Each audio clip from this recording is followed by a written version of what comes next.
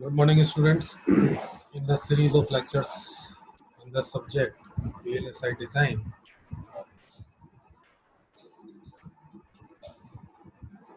in this lecture, we will discuss two topics: channel length modulation and MOSFET scaling.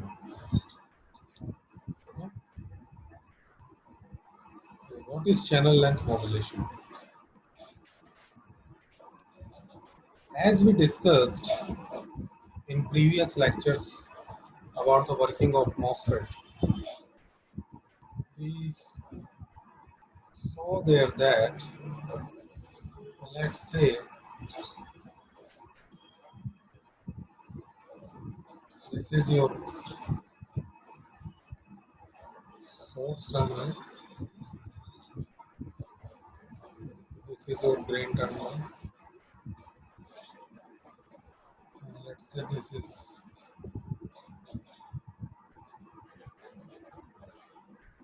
insulating layer, this is polysilicon layer, and let's say this is gate terminal. Okay. Now, if the voltage as gate terminal is already greater than threshold voltage, and VDS is equal to VGS minus VD. Okay. So in that case, we saw that the shape of channel looks like this. Okay. So a pinch off occurs at this instant.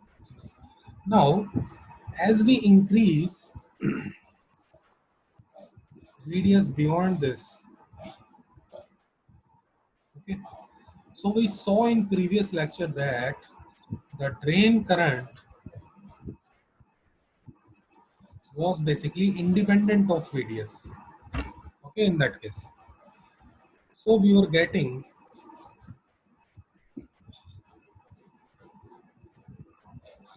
a curve almost exactly parallel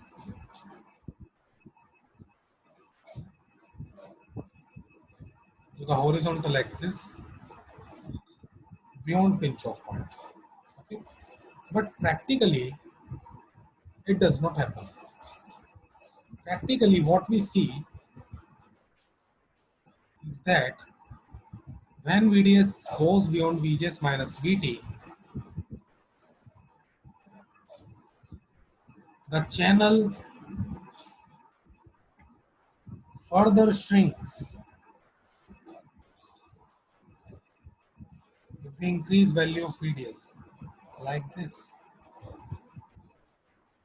If we further increase the value of VDS, channel will again shrink like this. Okay, so the effective length of the channel is continuously reducing by increasing the value of VDS beyond VGS minus VD. Okay, so the length of channel is modulated by changing the value of VDS, by increasing the value of VDS. This is known as channel length modulation. Okay, so effective channel length of MOSFET is given by L minus delta L. What is delta L? Delta L is nothing but this length, the change in the length of channel. Okay, this is delta L. This is complete capital L. So what is the effective length of channel? That is L minus delta L. Okay, we know that for saturation region, the equation for current is given by this formula because it does not depend upon VDS. But now if I consider the length of channel as L dash, effective length of channel. So the only change in this drain current will be the length of the channel. L is replaced by delta L. Okay. Now if I replace L by L minus delta L here, so we get this relation. Okay. So now I can put this equation like this. I can multiply and divide by capital L. Okay. Now just write down this term here and look at this term. This is nothing but 1 minus delta L upon L raised to the power minus 1. Okay. And we know that the change in the length of channel is very much less than L. Okay. So we can apply the expansion theorem here. Binomial expansion theorem here. So I will get here 1 plus minus 1 will be multiplied by minus 1. So 1 plus delta L upon L. Okay. Now delta L is a function of VDS. It is directly proportional to VDS. So practically delta L is found to be directly proportional to VDS. Okay. So delta L over L is equal to lambda times VDS. Okay, where lambda is basically empirical model parameter. Okay, this is also called channel length modulation coefficient. So if I replace delta L by L by lambda VDS, then the relation comes out like this.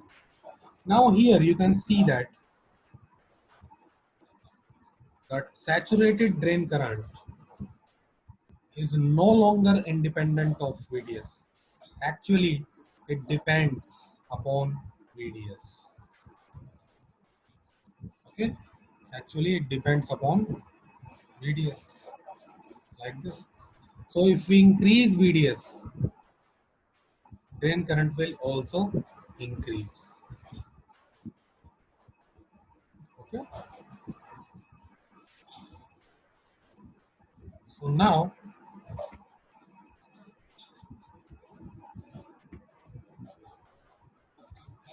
the diagram drain curve will look like this. Here,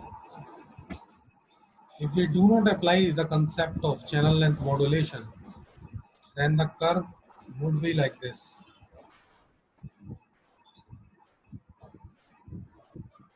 Because drain current would be independent of VDS. But with the channel length modulation, some resistance is introduced. Okay. So in this case, without channel length modulation effect, the resistance was infinite. Okay. But here, there is some finite resistance that is introduced. So this is your channel length modulation effect. Okay. So we need to consider the effect of channel length modulation in practical applications of MOSFET. Now let us consider another topic that is known as MOSFET scaling. Now MOSFET scaling is basically the reduction in the dimensions of MOSFET. Okay. So MOSFET scaling is nothing but the reduction in the dimension of MOSFET. Okay. So in MOSFET scaling, MOSFET dimensions are scaled by a factor of S. Okay. The value of S is around 1.4 per technology node. Okay, there are two main scaling techniques. First one is constant field scaling or full scaling. Next one is constant voltage scaling.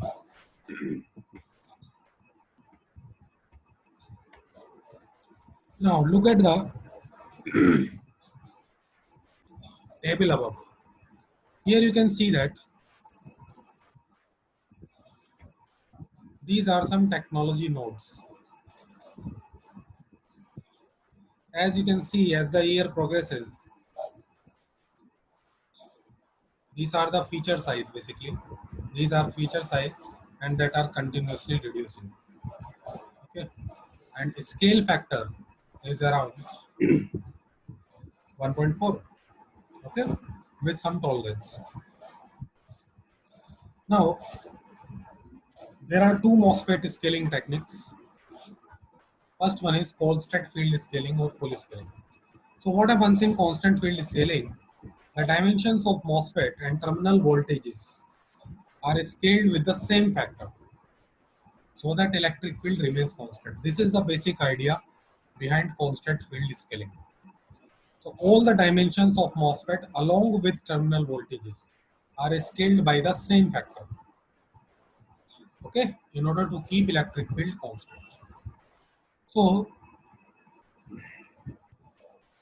this table basically tells the idea of constant field scaling. Here you can see that channel length, channel width, channel gate oxide thickness, junction depth. These are the dimensions. So these are the dimensions that are scaled by the same factor capital S. Power supply voltage, threshold voltage, these are the terminal voltages that are again scaled by the same factor. Okay. So here all the dimensions are scaled by the same factor. Now doping concentration after scaling is increased by a factor of S. Okay. So this is your constant field scaling. So what are the effects of constant field scaling on power dissipation and drain current?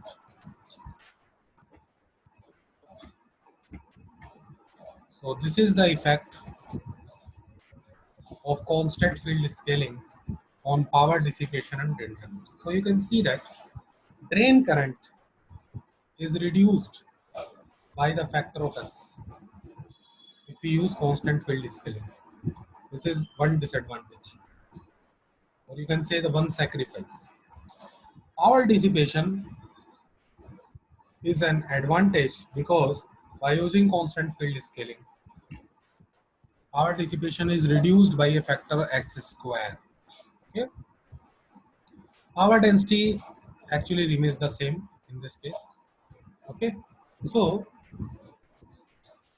there are basically pros and cons by using constant field scaling.